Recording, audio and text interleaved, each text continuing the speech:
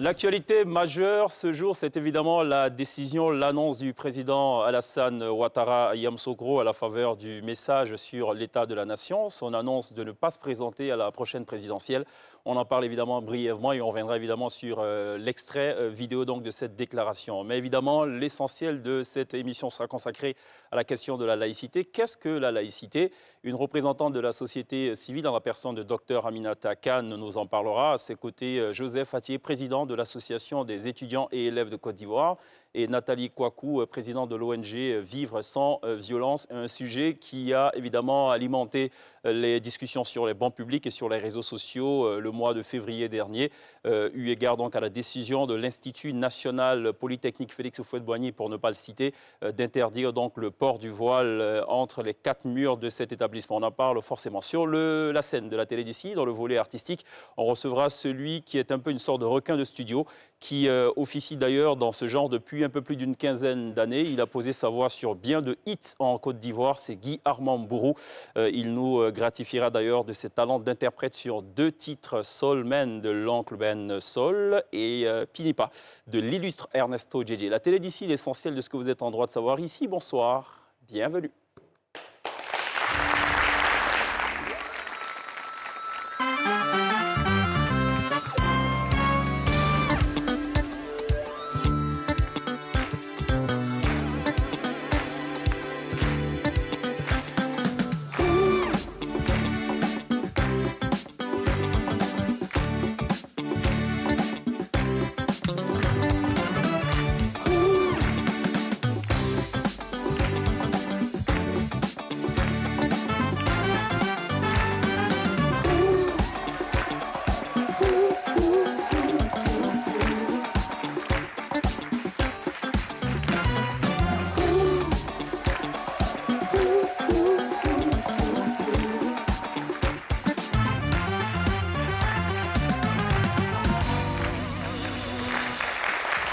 La télé d'ici, votre rendez-vous quotidien sur RNCI, la première chaîne de télévision privée de Côte d'Ivoire. Ce que vous êtes en droit de savoir, ce qui devrait logiquement, en principe, normalement vous intéresser, est abordé tous les soirs de 18h45 à 19h45. Ce soir, on parle de laïcité. On a beaucoup de plaisir à recevoir Dr Aminata Kane pour son deuxième passage. Bonsoir, bienvenue. Bonsoir, Cheikh, merci. Vous êtes voilée, c'est aussi ça votre particularité. Absolument. Et donc votre présence nous intéresse au plus haut point dans ces échanges-là. Joseph Attier, bonsoir.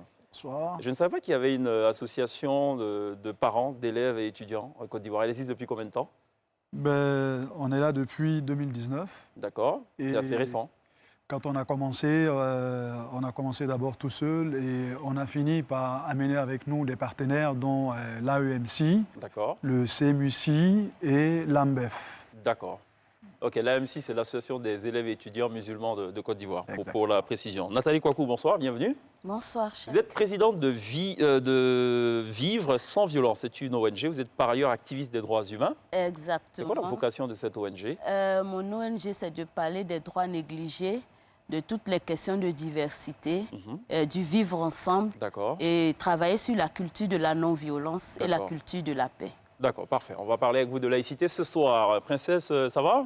Très bien, Cheikh, merci. D'accord. Pierre, ça va? Très bien. On vous a difficilement reconnu ce soir. Il n'y a plus de moustache, rien. On ne sait pas ce qui s'est passé entre-temps. J'ai rajeuni depuis hier. Bon, d'accord. Donc, évidemment, Sangalé va nous faire tout à l'heure un zoom sur Pierre pour essayer de voir donc, ce changement qui nous surprend au plus haut point et qui a tendance d'ailleurs même à nous bouleverser quelque part. Tant que ça. Ça vous dérange tant que ça qu'on interdise le voile à l'école, Aminata Kane? Oui, ça me dérange. Pourquoi? Ça me dérange dans le sens où on est en train de m'amputer en fait d'une partie de moi. Parce que le voile, plus qu'un banal accessoire comme certains le penseraient, ou une étoffe bon marché, pour parler comme l'humoriste Dieudonné, dans un sketch. Hein. Oui, c'est vraiment une partie de moi. Pour moi, quand on me demande d'enlever mon voile en tant que femme musulmane, c'est comme si on disait à une autre ou à princesse de se mettre nue, par exemple. Ah bon? Oui. Autant que ça? Oui, le choc. Oui, autant que ça. D'accord. Autant que ça. C'est difficile. C'est une souffrance intérieure. Et je peux vous dire que quand j'étais, par exemple, au lycée, j'étais venue à l'internat, au réfectoire en voile un dimanche. Et l'éducateur m'a chassée comme une malpropre en me disant « enlevez cette casquette sur la tête ». Au nom de ça, j'ai arrêté de venir au réfectoire. D'accord. Pendant alors que j'étais à l'internat. Pour vous dire jusqu'où ça peut aller. Alors j'aimerais rebondir sur cette image quand il dit retirez-moi cette casquette. Est-ce qu'on doit considérer justement un voile comme un homme qui arborait une casquette en classe? Non, c'est pas pareil. Non, c'est pas pareil. C'est pas pareil. Ça fait partie de l'identité de la femme musulmane. Ça vient d'un processus, en fait, un cheminement personnel qu'on a eu, spirituel qu'on a eu à faire, et d'un choix finalement conscient et réfléchi. Parce que très souvent, les gens se disent que c'est un voile qui nous a imposé. Bon, pour la petite histoire, je me voile depuis avril 1998. En 2020, ça fait 22 ans que je mets ce voile, par exemple. Ça fait 22 ans qu'on vous l'a imposé? Non, que je me suis imposée toute seule. Oui, que je me suis imposée toute seule, que j'ai cheminé avec et que j'ai réussi, je pense, d'une certaine façon, à m'imposer avec. Qu'est-ce que vous répondez à ceux qui disent, à ces intellectuels qui disent en fait que la question du voile n'est nullement religieuse, elle est plutôt une réalité sociale qui remonte notamment au 7e siècle, enfin avec beaucoup de théories et tout? Alors, elle est religieuse, en même temps, elle est sociale, parce qu'aujourd'hui, il y a certaines personnes qui se voilent par culture, en fait. Alors qu'il y a d'autres, comme moi, c'est un choix religieux, parce que c'est une injonction, une obligation qui est faite à la femme musulmane de se vêtir ainsi. Qu'est-ce que vous répondez à ceux qui disent que dans le Coran, nullement il est question de se couvrir les cheveux, on parle plutôt de se couvrir la poitrine? Je les renverrai aux 2 versets coraniques qui sont très éloquents sur la question, notamment le verset 31 de la sourate 24, de la sourate La Lumière, et le verset 59 de la sourate 33, la sourate Les Coalisés. Au-delà de se couvrir la poitrine, c'est aussi de se couvrir la tête. Il y a un minimum, en tout cas, sur lesquels les gens ou les savants sont unanimes, c'est que la chevelure de la femme fait partie des éléments, en tout cas, à couvrir en plus de la poitrine. D'accord. Joseph Attier, le parent d'élèves que vous êtes, président, on l'a dit, du collectif des parents d'élèves et étudiants. Ça vous dérange, cette disposition? Écoutez, moi déjà, pour commencer, je voudrais dire que je suis contre toute atteinte à la liberté de soi, pour commencer. Alors, je ne vais pas faire l'histoire de l'islam ici, mais je reviens sur le premier esclave qui a été affranchi par sa liberté de penser. Alors, si on revient un peu sur l'histoire, son maître lui avait demandé pourquoi est-ce qu'il a cru en Dieu. Alors, il a dit à son maître, « Mon corps vous appartient, mais mes pensées ne vous appartiennent pas. Je suis libre de choisir ma religion. Je suis libre de choisir ma façon de me vêtir. » Alors, pour moi, je trouve que ce qui est le plus dérangeant dans cette histoire, c'est d'empêcher les musulmans de pratiquer leur religion comme elle se doit d'être pratiquée. Alors, après, il ne faudra pas venir faire des réformes sur l'islam alors que vous ne connaissez rien de l'islam. Excusez-moi, ce n'est pas à vous que je le dis, mais je le dis à ceux qui se lèvent et qui disent « Est-ce que le voile est une prescription, est une obligation de l'islam ?» L'islam est très hiérarchisé. Alors, même s'il y a des amendements qui doivent se faire, ça doit se faire par les musulmans eux-mêmes et non par des non-musulmans. Voilà un peu ce que moi je défends, c'est la liberté des cultes tel qu'il est mis dans la Constitution ivoirienne. Nous avons tous le droit de pratiquer notre religion. Mais la laïcité, c'est le droit de pouvoir dire ce qu'on pense, de pouvoir s'exprimer, de pouvoir manifester, mais dans les limites définies par la République. En effet.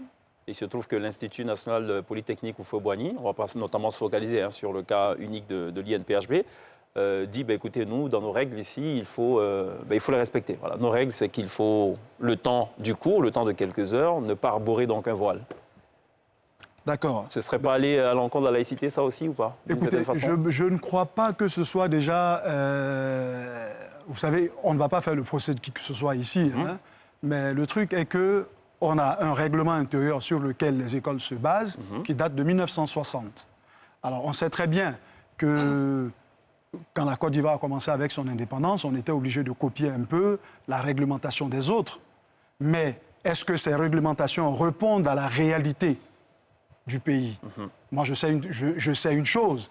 La veste et la cravate, on ne l'a pas hérité de nos aïeux. Non. Par contre, vous regardez le baoulé, il met son pagne. Vous regardez, excusez-moi de le dire ainsi, le djoula, il met son boubou et il est fier. N'est-ce pas? Alors, même aujourd'hui, moi, je suis venu à cette tribune. Je ne suis pas venu en veste-cravate. Je suis venu dans une tenue traditionnelle qui répond si vous voulez bien, les valeurs de notre communauté. Vous voyez? Et pour moi, le voile, c'est la même chose. D'accord. Ok, on va y arriver. Et dire que je pensais que j'étais joliment vêtu. C'est pas grave. Nathalie Kouakou, vous en pensez quoi? Je pense que c'est un sujet qui commence à cristalliser. Et moi, en tant qu'activiste et en tant qu'Ivoirienne vivant sur le territoire depuis plusieurs années, ça commence à m'inquiéter. Ça commence à m'inquiéter parce que ça ne devrait pas être ce sujet qui cristallise. Nous vivons en société et notre société est diverse. Elle est diverse en termes de philosophie de pensée, convictions religieuses, partis politiques, culture, coutumes. Et il faut créer le cadre qui permet à chacune de ces représentations de s'exprimer. C'est pourquoi nous sommes dans une république. Et notre république, comme le dit notre Constitution, déjà dans son préambule, rappelant à tous et en toutes circonstances notre engagement irréversible à défendre et à préserver la forme républicaine du gouvernement, ainsi que la laïcité de l'État. Et c'est très important, forme républicaine du gouvernement, parce qu'on a une quarantaine de ministres et on a des fonctionnaires qui sont les représentants de nous qui sommes les électeurs, donc le peuple. Nous déléguons notre pouvoir donc, au gouvernement. Et le gouvernement est la représentation de toute la diversité de communautés, de philosophie de pensée du pays. Moi, je suis un adepte du hippisme ou de hippie. Je peux m'habiller comme ça pour aller à l'école ou pas? Si l'État ne le permet pas, et permettez-moi de continuer... Et en l'espèce, l'État ne permet pas le port du voile. Voilà. Si on s'en tient à cette disposition qui date de 1960. Oui, exactement. Non. Maintenant, il y a une loi, allez-y. excusez, Nathalie, avant... sur la base donc, de la Constitution, déjà le préambule le dit, mais l'article 49 rappelle encore la laïcité. Ouais. Et c'est extrêmement important. Et donc, c'est à Oui, mais la laïcité précise qu'il faut le faire dans les limites des règles établies par la République. Mais c'est pour ça que je viens. Ouais. Je fais une démonstration. Okay. Et les règlements intérieurs des établissements publics sont élaborés à partir des lois. D'accord. Et il y a une loi de 1995 sur les enseignements en Côte d'Ivoire qui proclame encore la laïcité. Et ça veut dire que nous devons faire en sorte que nous puissions tous être protégés par la loi et jouir de nos libertés. Ça, c'est le rôle de l'État. D'accord. Plus simplement, ça veut dire quoi? Plus simplement, je suis baoulée, je suis chrétienne, catholique. Et j'appartiens à une communauté de philosophie de pensée. Et dans cette communauté, si je vis en communauté, je devrais pouvoir avoir des vêtements ecclésiaux. Mettre mes pankita, mettre ma croix de Jésus et tout. Non, des vêtements ecclésiaux, voilà. D'accord. Où je mets le foulard. Okay. Mais quand je viens dans la communauté, quand je vais travailler, je m'habille comme une républicaine. Parce que c'est ce que la loi, mon travail, me demande de faire. Autrement dit... Parce que pour le moment, c'est la loi. Autrement dit, si la loi dit qu'il ne faut pas mettre de voile, il ne faut pas mettre de voile. Autrement dit, si on respecte la loi, oui, il ne faut pas le faire. Si on respecte la loi. D'accord. En même temps, moi je dis, si ça devient un problème, il est important de s'asseoir et de discuter avec toutes les parties. D'accord, parfait. Alors justement, on va essayer de voir un peu ce qu'en pensent les Ivoiriens, notamment sur les réseaux sociaux, puisque ce débat a enflé, on l'a dit, sur les réseaux sociaux. Ça date du mois de février dernier. Pierre, vous avez... Oui, ça a fait beaucoup réagir. Donc on a posé la question sur nos réseaux sociaux et on a quelques réactions des internautes que je vais vous lire maintenant. La première, donc le débat réel doit être porté sur l'interprétation que chacun se fait de la laïcité. Chacun tire le drap vers lui en fonction de sa religion.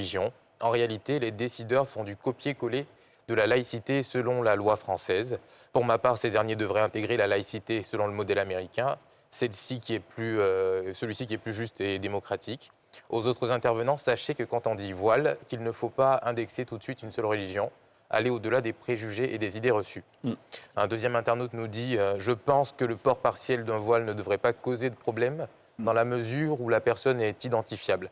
Il y a d'autres phénomènes plus sérieux qui pourrissent actuellement la vie scolaire de nos enfants, tels que la tontine sexuelle, la drogue, l'alcool et j'en passe, qu'ils ne viennent pas nous distraire avec un simple problème de voile, alors que les plus sérieux des problèmes sont ignorés.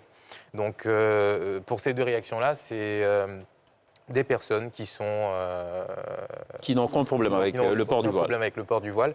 Et on a bien sûr d'autres avis. Donc, la Côte d'Ivoire est un pays laïque et l'école l'est aussi. Moi, je suis musulmane et je ne vois pas en quoi porter le voile juste pour quelques heures durant les cours pose problème. Cet autre internaute nous dit « Le port du voile n'est pas en lui-même une mauvaise chose, mais compte tenu de la laïcité de l'État de Côte d'Ivoire, il ne serait pas normal de le porter car tous avons le même droit. Que tu sois catholique, christianiste céleste, musulman, on devrait se vêtir de la même manière pour aller au cours. Imaginons qu'un christianiste céleste, bouddhiste, musulman, etc. portent leur tenue pour aller en cours, donc en gros pour dénoncer une espèce de cacophonie. Voilà. D'accord. Position visiblement tranchée. Les positions sont tranchées et puis il y a des positions effectivement plus virulentes qu'on n'a pas relevées parce qu'on veut faire avancer le débat. Absolument. D'accord. Docteur Aminata, vous en pensez quoi? Alors, je suis d'avis avec cet internaute qui dit que tout part en fait de l'interprétation que nous avons en fait de la laïcité. Dans ma compréhension, la laïcité sous-entend neutralité et la neutralité sous-entend tolérance et non pas absence des religions. Et ce n'est pas comme si, comment? Et bienveillance. Et bienveillance oui, également. sauf qu'il y a des règles. Il y a des règles, mais est-ce que notre Constitution, je voudrais demander à Nathalie, notre Constitution nous dit clairement, noir sur blanc, il vous est interdit de vous voiler pour aller à l'école. Bon, vous savez que dans une consultation, dans une constitution, on ne peut pas mettre tous les détails. C'est pareil pour les livres saints, le Coran, la Bible, la Torah, vous n'avez pas tous les détails. Et après, donc, dans la pratique, les instances autorisées à faire les interprétations légales apportent plus de précision en fonction des cas et de la jurisprudence. Alors pour moi, qui suis aussi une activiste des droits des femmes, pour moi, et je le disais à Nathalie en off, parce que j'ai eu à travailler avec elle sur des questions de droits des femmes, pour moi, un tel texte est un recul démocratique parce qu'on est encore en 2020 en train de dire à certaines femmes comment elles devraient s'habiller en leur disant de ne pas se voiler. En d'autres mots, est-ce que la démarche ne devrait pas être plutôt, et comme le dit d'ailleurs Nathalie, de chercher à faire changer les choses plutôt qu'à s'opposer à ce qui est écrit noir sur blanc dans les textes? On est complètement d'accord qu'il faut jouer la carte de l'apaisement et je pense que cette décision a été certainement motivée par des raisons. Et moi, je souhaiterais entendre le directeur de cette école sur les raisons profondes qui l'ont motivé à prendre une telle décision, pour comprendre s'il y a des comportements qu'il voudrait décrier, peut-être des sanctions qu'il a voulu prendre à l'encontre de certaines étudiantes ou étudiants, pour qu'on puisse corriger les choses. D'accord. Parce que oui, un internaute le relevait d'ailleurs, on a complètement téléchargé le modèle d'ailleurs. Il faut plutôt adapter en fonction des réalités locales. Oui. Joseph Attier. Moi, ce que je voulais dire, quand on parle de la laïcité, je pense que quand on dit que la Côte d'Ivoire elle est laïque, ça y va de même pour l'école, pour les entreprises et pour toutes les autres structures. Aujourd'hui, quand on dit que la Côte d'Ivoire est laïque, alors si on dit qu'on ne porte pas le voile à l'école, on ne doit pas porter le voile aussi en entreprise, n'est-ce pas? Alors, nous avons une loi qui est la Constitution, qui est la base de tous les règlements intérieurs. Alors, pour chaque entreprise commerciale, quand vous arrivez et que vous voulez constituer une société, vous faites un statut et règlement intérieur. Alors, ce règlement intérieur est validé par une institution pour voir si ce règlement intérieur est en phase avec la Constitution ou si elle ne l'est pas. Alors, concernant l'école, si on dit dans le règlement intérieur de l'école que le voile est interdit, alors on doit aussi pouvoir dire que dans les entreprises, le voile est interdit. D'accord, on vous a parfaitement compris. D'accord. Nathalie Kouakou? Oui, je pense qu'on a un problème d'interprétation de la laïcité. L'État organise notre vie en commun. Et notre vie en commun doit reposer sur des lois et des règlements qui ne sont pas qui sont impersonnels. Ça, c'est très important. Et nous ne sommes pas dans un État musulman ou chrétien. C'est pourquoi nous sommes dans un État républicain. Dans les entreprises privées, c'est des entreprises privées. Je suis chrétienne, je crée une entreprise, je peux décider de mon règlement intérieur, n'est-ce pas? Je peux décider que je recrute 80% de chrétiens et puis 20% autres religions. Ah, ça sera chaud par contre. C'est mon entreprise, vous comprenez? Sur le code vestimentaire, oui, mais sur la base religieuse, j'en doute fort. Mais bon, allez-y. C'est mon entreprise, vous comprenez? Les gens le font. Et ensuite, je décide de comment les gens doivent s'habiller. Parce que ça, c'est moi qui donne ma vision, la culture de mon entreprise. Ça, c'est extrêmement important. Mais quand on vient dans la sphère publique, l'enseignement public, c'est l'État qui l'organise. D'accord. Princesse? Alors, Dr Aminata Kane, vous parliez tout à l'heure de tolérance. En quoi la laïcité va-t-elle au-delà de la tolérance? Alors pour moi, elle est complètement identique à la tolérance. La laïcité signifie la tolérance, c'est-à-dire cette capacité à intégrer l'autre sans que je n'entre en conflit avec l'autre. C'est surtout cela. Et l'autre élément également sur la question de la tolérance, je vous assure que là où il y a en général de l'intolérance, il y a forcément de l'ignorance.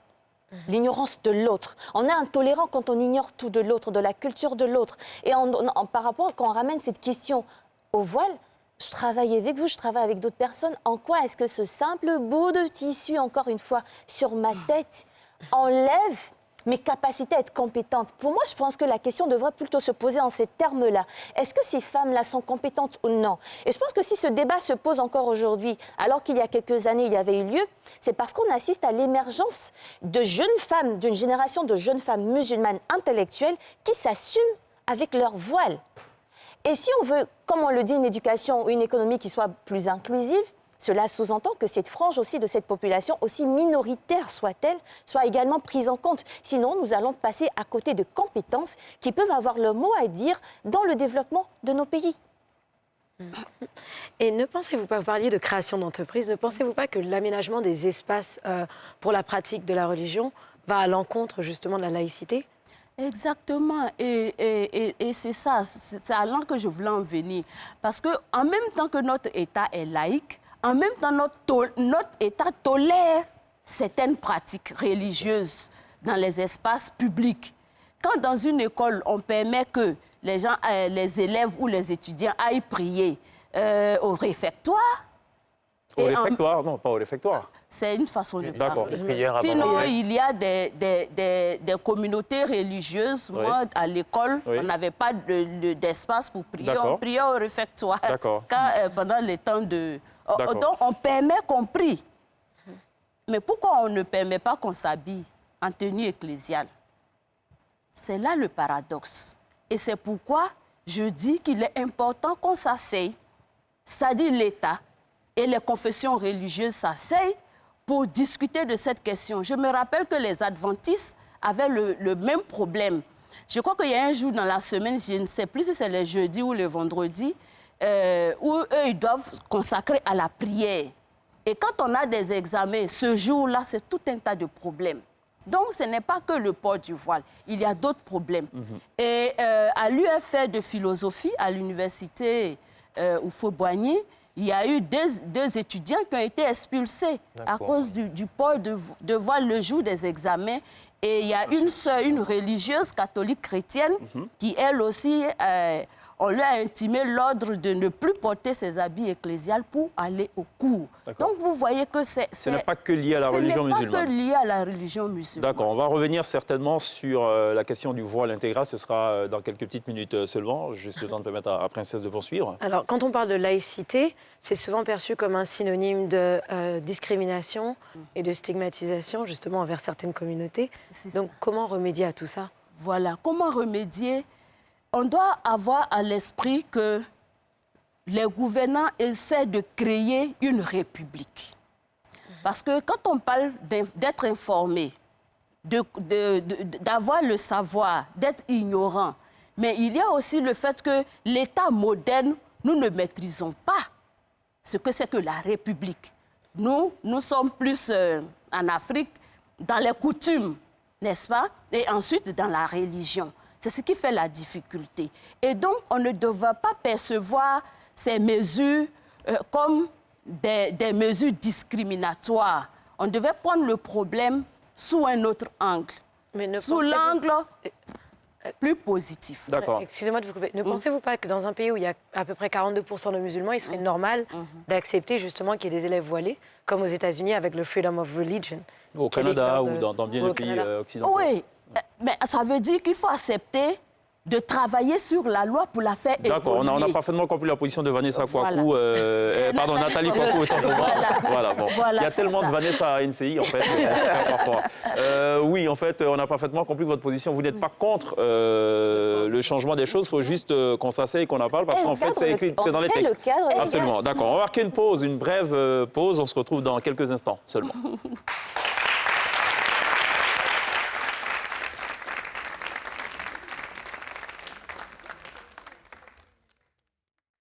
Retour sur le plateau de la télé d'ici pour télévivre et téléviser la Côte d'Ivoire. Dans tout ce qu'elle a d'essentiel, le rendez-vous, c'est du lundi au vendredi de 18h45 à 19h45.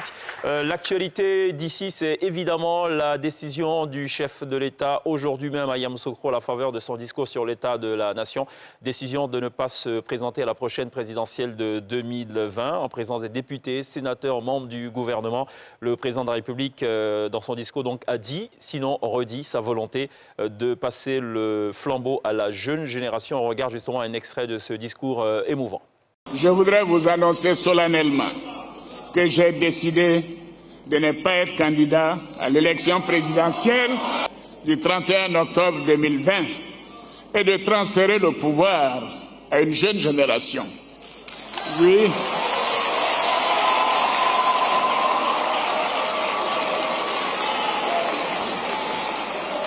Cette décision est conforme à ce que j'ai toujours dit, à savoir qu'il faut laisser la place à une jeune génération. Oui.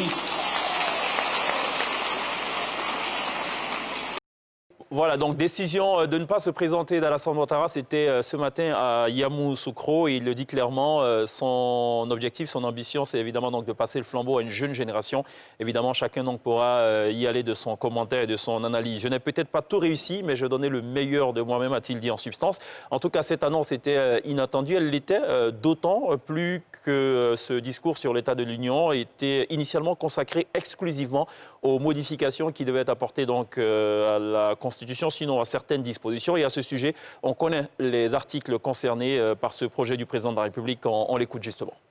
La modification proposée porte en conséquence sur les articles 143, 144, 146 et le chapitre 4 du titre 9. Elle implique la modification de l'article 160. Les autres réformes envisagées suite aux observations formulées par le comité d'experts, consiste en l'aménagement, au redressement de missions ou à la reformulation de certaines dispositions. Elles concernent les articles 74, 90, 94, 101, 109, 134, 137, 177 et 182.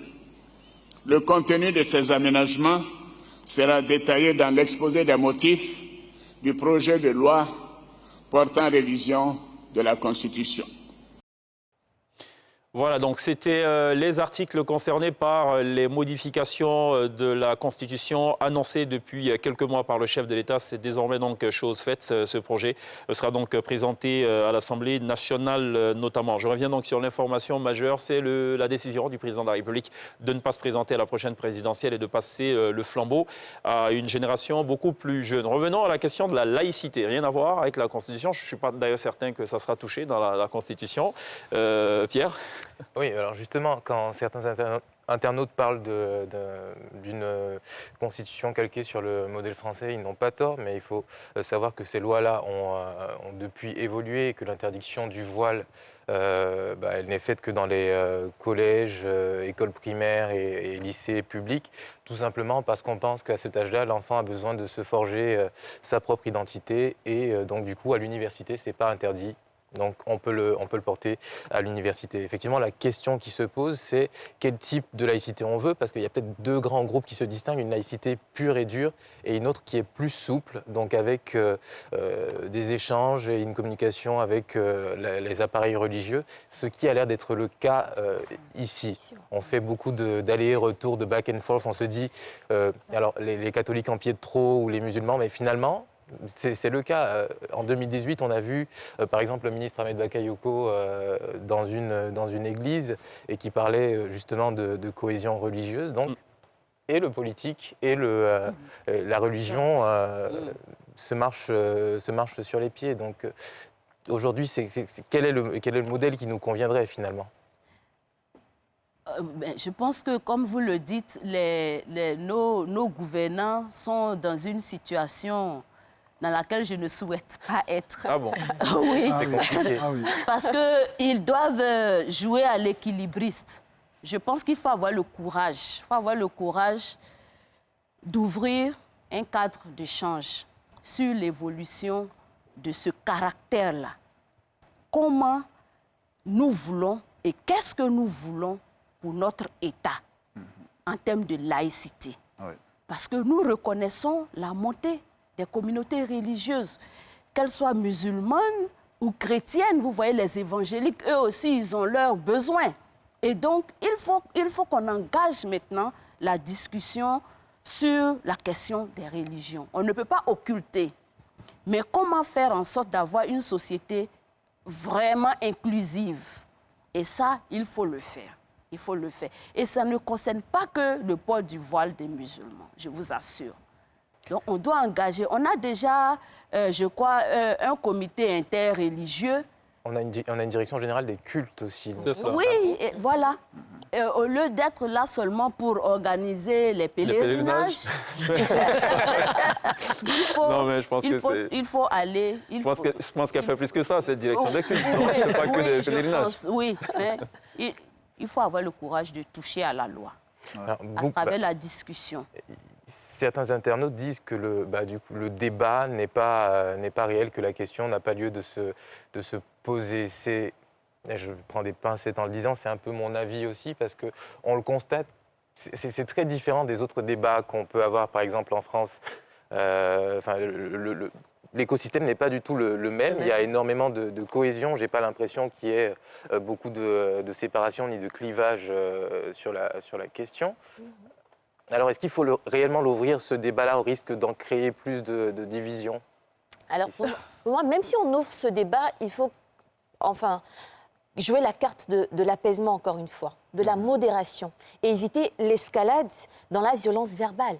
C'est surtout ça. Parce que vous savez que quand on va dire quelque chose, cela va être sorti sur les réseaux sociaux qui vont lui donner une ampleur, ainsi de suite, on ne va plus s'en sortir. Il faut qu'on sache qu'il y a un intérêt commun, qui est celui de la réussite de ces étudiantes-là, qu'elles soient voilées ou non voilées. Donc, comment est-ce qu'on crée le cadre qui permette à ces étudiants-là ou à ces étudiantes d'évoluer de façon qualitative et qu'elles obtiennent à la clé aussi bien leur diplôme, mais qu'elles aient aussi, parce qu'il ne faut pas occulter l'impact de la pratique religieuse des étudiants sur la génération de cadres qui ont une éthique et encore une fois une morale. Mais pour moi, c'est comment on crée ce dispositif, on met ce dispositif en place pour que les encadreurs religieux chargés d'encadrer ces étudiants-là soient connus et que leur discours soit connu. Et donc encadrer, c'est surtout ça et non leur fermer complètement la porte. Parce que sinon, on va aller forcément vers une cristallisation, encore une fois, des positions et vers, pourquoi pas, peut-être même une radicalisation. Cela n'est pas exclu. Mais il faut, encore une fois, prendre le temps d'engager le dialogue. On n'est pas en conflit. D'engager le dialogue, de jouer la carte de l'apaisement et de dialoguer. Donc, moi, ce que je voulais dire, c'est qu'il ne faut pas oublier une chose. C'est que les écoles publiques, vous avez des personnes qui ont des moyens. Si on dit qu'à l'école publique, le voile est interdit, il prend son enfant de là, il le met dans une autre école parce qu'il a les moyens. Mais aujourd'hui, la souche la plus démunie, lorsqu'on dit que le voile est interdit à l'école, il n'y a pas de rempart, il n'y a pas il n'y a d'alternative. aucun rempart pour cet enfant, alors que l'école, l'éducation est une porte de sortie contre la pauvreté. Alors ça, c'est un facteur qu'il ne faut pas oublier, surtout. Et qu'est-ce que représente le voile après pour les parents qui disent à leurs enfants « mettez le voile » et quand ils arrivent à l'école, il y a un éducateur qui dit « enlevez le voile ». Alors, je vous assure qu'aujourd'hui, dans ce débat, la véritable problématique, c'est d'abord la position des éducateurs en face des étudiants, qui n'est vraiment pas facile, et les étudiants qui réclament un droit. Qu'est-ce qu'il faut prévaloir? Sa religion ou l'intérêt? Alors, quand on arrive à cette question, ça devient encore plus compliqué. Et c'est sur ça qu'il faut travailler. Alors, vous avez dit quelque chose qui me... Vous avez dit quelque chose qui m'interpelle et qui est peut-être la crainte de ces responsables d'institutions. Vous avez dit quand les parents vous disent mettez le voile. C'est peut-être ça qui inquiète aujourd'hui, de savoir que les personnes ne sont peut-être pas libres et que ce n'est peut-être pas un choix personnel. Donc est-ce qu'il faut le dire comme ça? Aminata Kane, je pense qu'elle se sent indexée, interpellée. Non, mais c'est la petite phrase, c'est mettez. Les parents disent mettez. Peut-être que quand on est responsable d'une institution et qu'on essaie de faire évoluer de jeunes personnes qui sont appelées à devenir des décideurs, quand on parle d'intégrité de la femme et toutes ces questions-là, c'est peut-être quelque chose qui interpelle. Oui, mais pourquoi on donne la parole aussi à ces femmes voilées là pour les entendre? Elles sont là, c'est bizarre, elles sont sur ce plateau. Écoutez, en dépit de cela, le parent ne dit pas seulement à son enfant, mais le voile. Le parent dit à l'enfant, fais attention. Ne prends pas la drogue, ne prends pas l'alcool, ne fais pas ceci. Mais le père et la mère sont les premiers éducateurs. Nous sommes les premiers responsables. Donc vos enfants seraient libres de ne pas le mettre s'ils le désiraient? Évidemment, mais ça, le voile est un choix personnel après. Et même la religion, parce qu'il n'y a aucune contrainte en matière de religion. Oui, et c'est vous me l'aviez rappelé, hein, vous êtes de parents, une mère catholique, il me semble. Oui, ma mère est chrétienne, mon père est musulman. J'ai fait le choix d'être musulman. Et aujourd'hui, je me sens à l'aise dans un pays laïque où je peux avoir et mon père et ma mère à côté de moi, qui fonctionnent ensemble dans une même législation. Le bon vivre ensemble, c'est ça la laïcité pour moi. Nathalie. Oui, je boue. Ah bon, et pourquoi? Oui, tant que ça? parce que je veux vraiment qu'on dépassionne. Qu'on dépassionne, pour moi, c'est l'intérêt supérieur de nos enfants qui est en jeu. Absolument. Et c'est extrêmement important que cette petite fille soit musulmane, qu'elle soit chrétienne, qu'elle soit même animiste, qu'elle soit bouddhiste. Il ne devrait pas avoir de problème. Il ne devrait pas avoir de problème. Alors, vous avez dit tout à l'heure que vous ne souhaitez pas du tout être dans la peau et dans la position des décideurs, d'autant que c'est une question délicate. Est-ce que vous ne pensez pas qu'en faisant sauter le verrou du moins du port du voile, tel qu'on le voit, à visage découvert, ça n'ouvrirait pas la voie aussi à d'autres types de revendications, de requêtes, comme le port notamment du voile intégral, du hijab et j'en passe. Est-ce que c'est pas ça le risque? Non.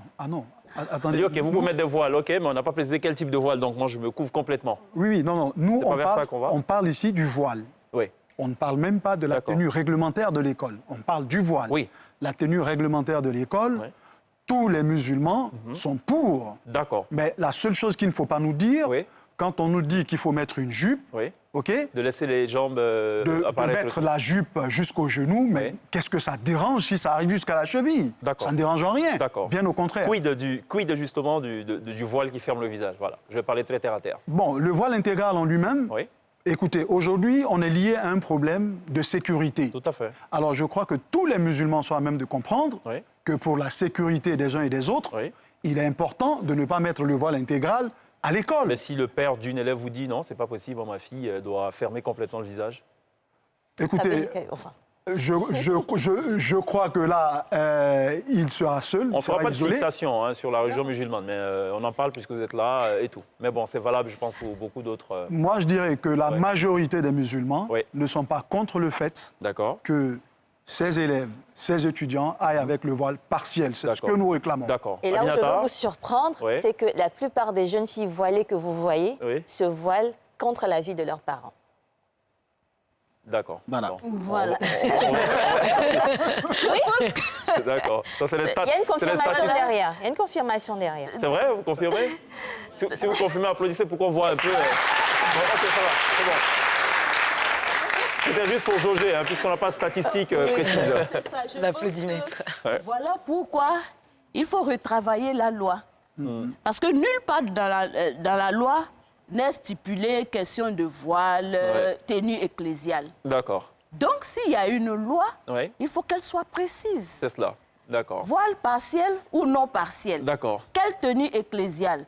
Quel jour est favorable pour passer les examens? Parce qu'il y en a qui utilisent peut-être le vendredi ou le jeudi pour prier. Et donc, c'est pour ça que c'est important. D'accord. Ça voudrait dire qu'il va falloir préciser le code vestimentaire en autant de religions et de groupes religieux. Donc là, ça va être accepter le fameux concept de laïcité souple, en fait. Embrasser pleinement. Qui s'adapte aux faits sociaux. D'accord. Moi, quand j'étais au lycée Mami Adjoa, on nous donnait le spécimen de jupe et de chemise qu'il fallait respecter. Ah oui.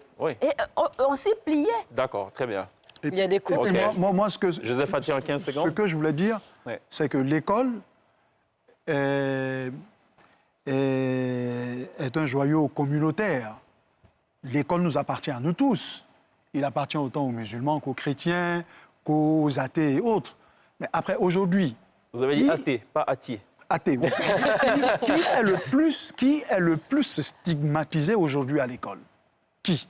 Le chrétien est à l'aise. L'athée est à l'aise. Celui qui ne vit pas correctement sa scolarité aujourd'hui, à l'heure actuelle où on parle, c'est la fille musulmane. D'accord. Je ne parle pas du garçon, la fille musulmane. Et alors que la femme, nous savons très bien que c'est le maillon le plus faible qu'il faut défendre. D'accord. Vous êtes en train de dire comment qu'on fait... Bon, le plus fragile, excusez-moi, le plus fragile. D'accord, bon, OK. On va marquer une pause, une courte pause. On revient dans quelques petits instants seulement pour la suite des échanges, évidemment.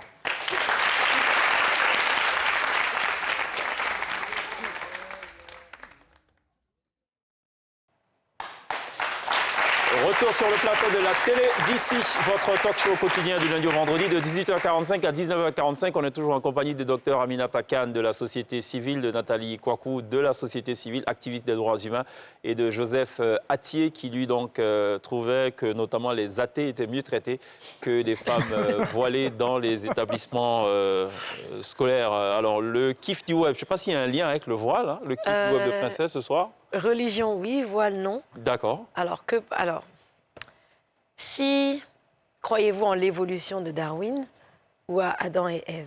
Je sais déjà. Juste comme ça, chèque. D'accord, Adam et Ève. Vous comprendrez dans quelques secondes. Bon, ok. Très bien. Il y a des gens qui disent que Adam et Ève ont existé, que c'était en Afrique. J'ai dit aux gens que non. Adam et Ève ne peuvent pas avoir existé en Afrique. Pourquoi? Nous n'avons pas les pommes. Ça, c'est la première chose. Bible dit pommes, nous n'avons pas les pommes. Et puis, si Adam et Ève étaient les Africains, ils n'auraient pas mangé la pomme. Ils auraient mangé le serpent. Parce que nous, on mange le serpent. Je ne vois pas un Africain qui a faim, qui va aller manger une pomme alors que le serpent traîne. Ils auraient bouffé le serpent. C'est l'observation, tout ça. C'est le serpent. Quand tu observes, tu dis que nous, on ne joue pas avec les animaux, on tue, on mange. C'est les Blancs qui jouent avec les animaux comme si c'était leurs copains, leurs copines. Nous, on ne joue pas avec les animaux en Afrique. Si Adam et Ève étaient les Africains, ils auraient mangé le serpent, ils auraient laissé le fruit. Parce que nous, on n'est pas trop fruits. Nous, on mange la viande. Donc, l'observation, il faut observer.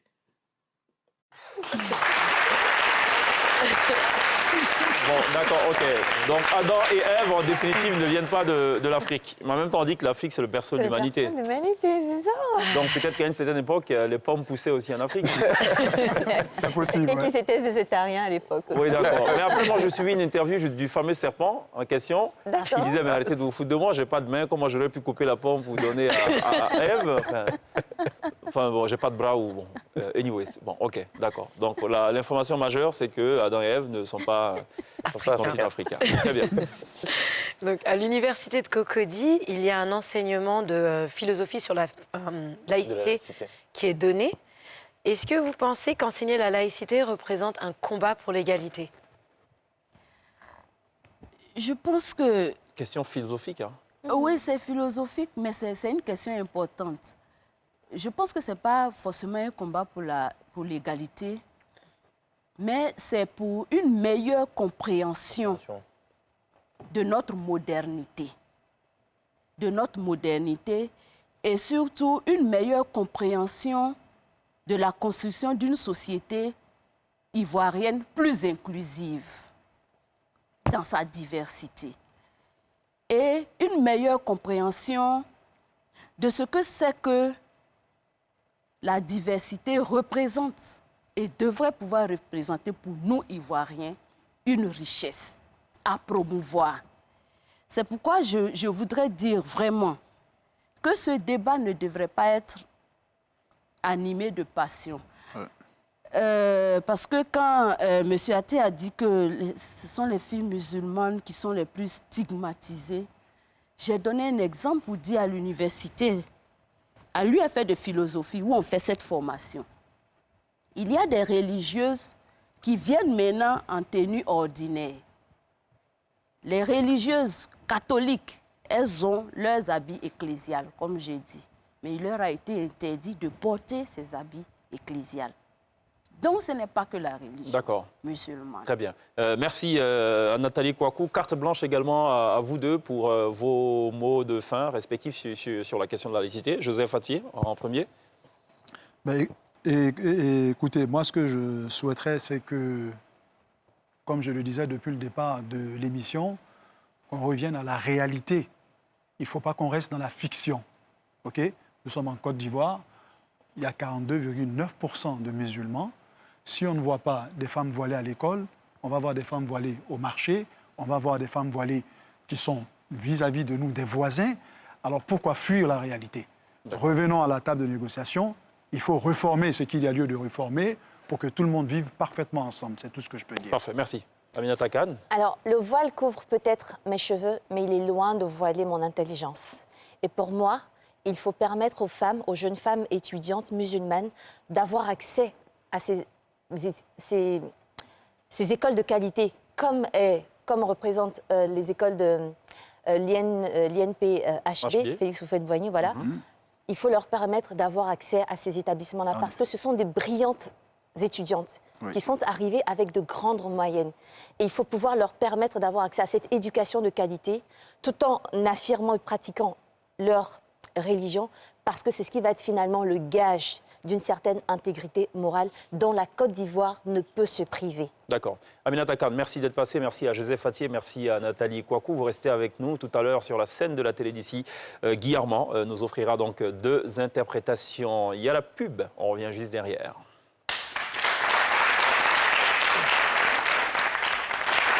Ce sera tout pour la télé d'ici. Ce soir, il a été question de voile intégral. Se dévoiler de la vie du docteur Aminata Kane, ce serait comme demander à Princesse de se dénuder.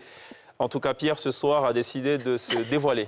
Pas de couronne, pas de moustache. C'est un autre Pierre à qui on a eu droit donc, ce soir. On va remercier les étudiants de l'IFDEC, l'Institut de formation et de développement des compétences, qui nous auront donc accompagnés tout au long de cette émission.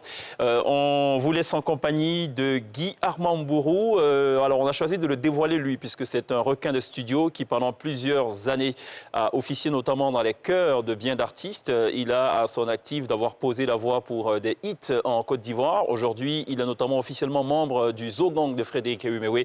Ce soir, il est sur la scène de la télé d'ici pour 2 prestations, Soul Man de Ben l'Oncle Soul et Pinipa de l'illustre, l'inoubliable, l'inégalable Ernesto Djedje. On se retrouve demain. Take care.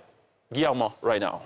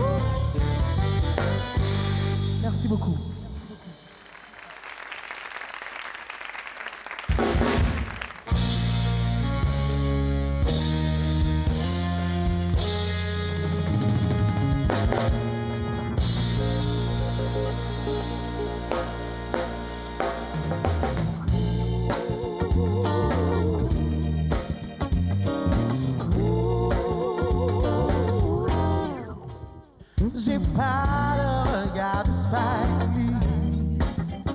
J'ai pas le génie de Vinci.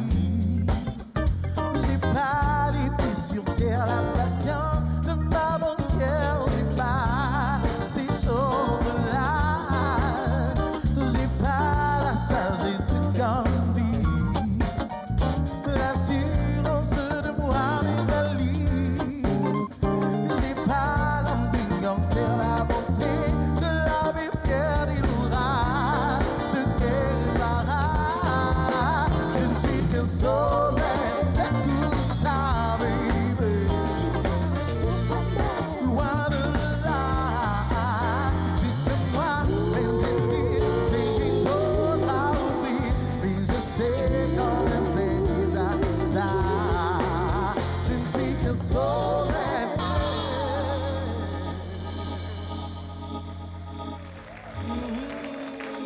Je ne suis qu'un sommet de tout ça, baby. Loin de là, juste moi, mes délires, des autres à ouvrir. Mais je sais comment c'est ça. Je ne suis qu'un sommet de tout ça, baby. Loin de là, juste moi, mes délires. Mais je sais comment c'est déjà ça.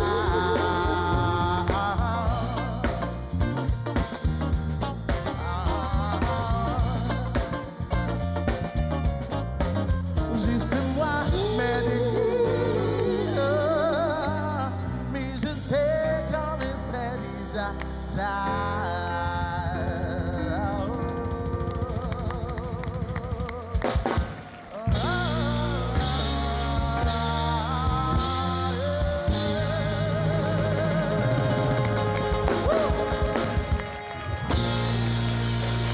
Merci beaucoup.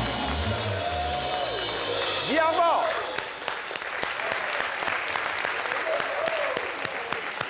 Tu as aimé ou pas? Tu as aimé? On applaudit alors. Good job. Bravo.